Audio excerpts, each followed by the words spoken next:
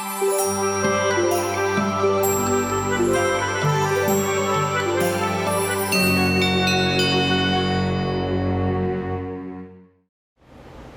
morning and welcome to Hump Day Hallelujah here at Ascension Lutheran Church in Citrus Heights. I'm Pastor Scott and I'm coming to you this morning from our mailbox. We just finished a sermon series on Peter's first letter, his first epistle to the early Christian church that was scattered throughout Asia, essentially.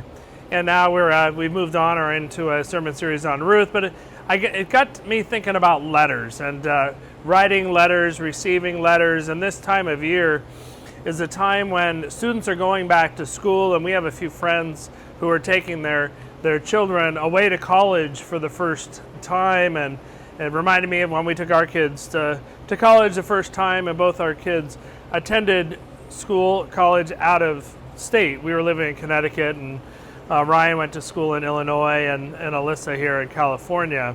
And so we got to attend out-of-state students, parent orientation, special meetings for those of us parents who didn't live in the state or even in the same time zone as where the school was. And one of the things they recommended to us was to have a conversation with our student about how often we expected to hear from them, and maybe even schedule a time during the week to check in. And I'm sure that was really good advice, especially back when cell phones were not common and it wasn't as easy to track your student on their cell phone or text them and at least get a reply within a day or two.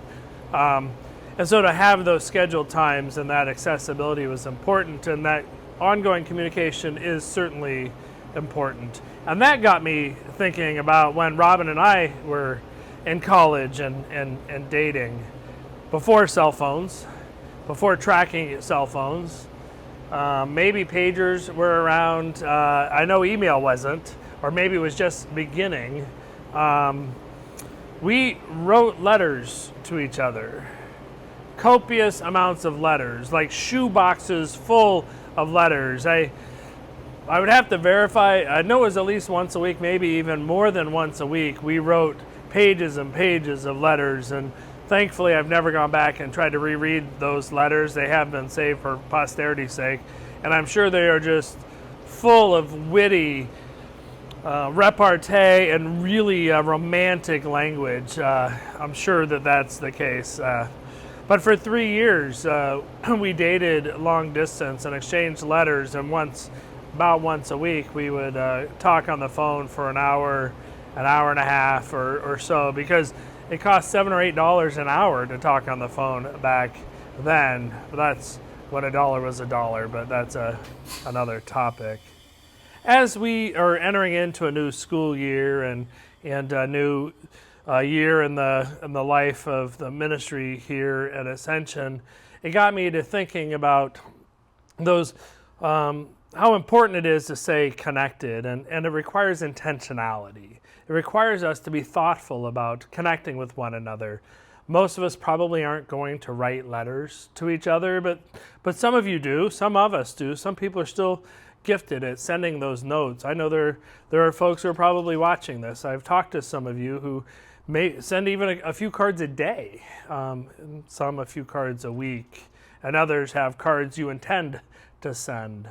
Sending cards can be a meaningful way to let somebody know you're thinking about them, or to congratulate them. Or I have a file folder, really thick file folder, well, maybe not that thick,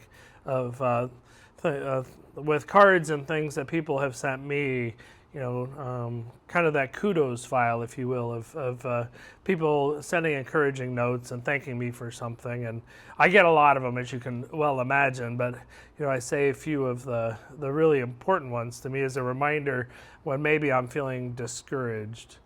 I wonder how you might be an encouragement to somebody else today or this fall season, as we all begin to get busy and maybe are taking less time on vacation or camping less, and our schedules are filling back up. Even if you aren't working, the roads begin to become a little more impacted, and school buses out, and things that we pay attention to because they become a reality of the beginning of a new school year and less people on vacation and kids going back and forth to school. I wonder if you can think of anybody you could or should be reaching out to let them know you are thinking about them, to send them a positive note. When I worked in food service, and really in any service industry, we used to say that if a person got a bad experience, they would tell 10 people. If they had a good experience, they might tell one. We don't communicate the positive things, I think, often enough. So even letting somebody know that you're grateful for who they are or what they've done, or just reaching out to a neighbor, and even a comment as you walk down the street to let your neighbor know how nice you think they keep their yard or whatever it may be. Just figuring out those times and ways to be intentional about connecting with folks, and hopefully a positive way. Maybe that's something as we begin this new ministry year, this new school year, that you can challenge yourself to do. We did the Red Letter Challenge, and this is a challenge that you could consider now as well. Take care. I look forward to seeing you next week.